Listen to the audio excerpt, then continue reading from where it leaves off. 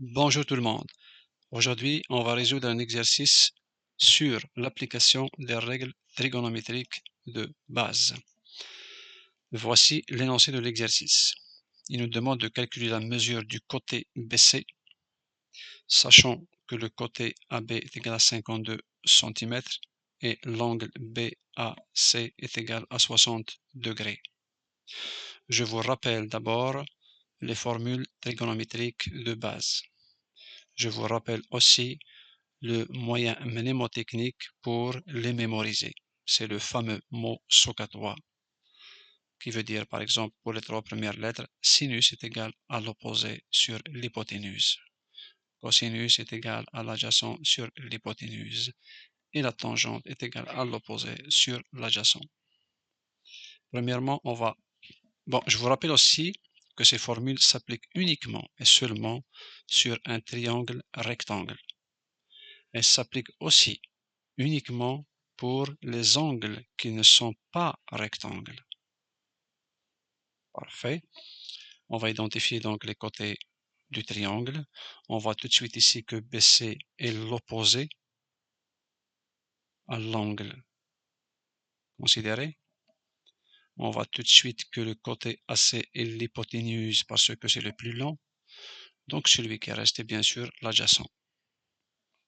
Mais on sait aussi que l'adjacent relie le sommet de l'angle en question au sommet de l'angle droit. Voilà, donc maintenant on va voir quelle formule de ces trois-là il faut utiliser. Parce qu'on a des données, on a des inconnus, on a trois formules, mais laquelle utiliser? Comment le savoir? Eh bien c'est facile, il faut que dans la formule, on trouve les trois paramètres qui sont dans l'exercice. Que sont ces paramètres-là? Premièrement, on cherche l'opposé, donc la formule doit contenir l'opposé. On connaît l'adjacent, la formule doit aussi contenir l'adjacent. On a l'angle ici 60, la formule doit contenir aussi l'angle. Par exemple, la formule ne doit pas contenir l'hypoténuse parce que l'hypoténuse dans l'exercice, ce n'est ni une donnée, ni quelque chose à chercher. Donc, il ne nous intéresse pas. Donc, on voit tout de suite que c'est la formule de la tangente qu'on va utiliser. Elle contient l'opposé qu'on cherche, elle contient l'adjacent qui est donné, elle contient l'angle qui est donné. Très bien, donc on va l'appliquer cette formule-là. Donc on va dire tangente BAC. Tangente BAC est égal à quoi? C'est égal à l'opposé qui est BC, on va l'écrire ici, divisé par l'adjacent qui est égal à 52, on va l'écrire ici. Puis par la suite, c'est des manipulations mathématiques.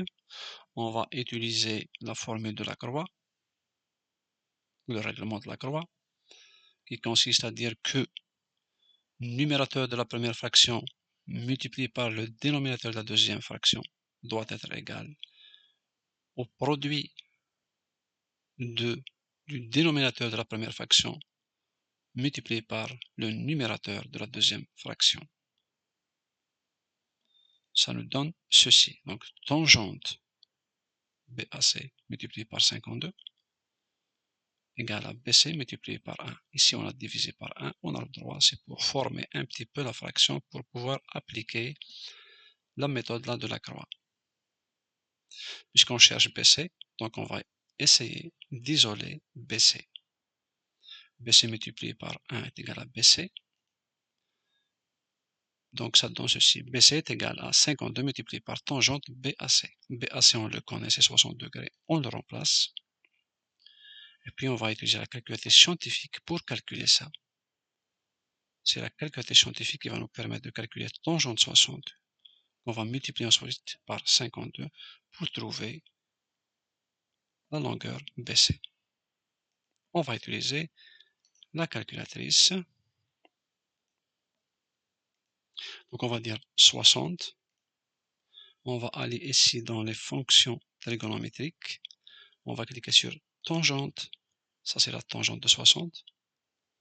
qu'on va multiplier par 52, qui est égal à 90,0666.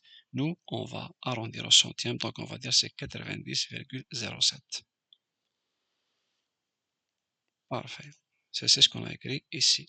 BC est égal à 90,07 cm.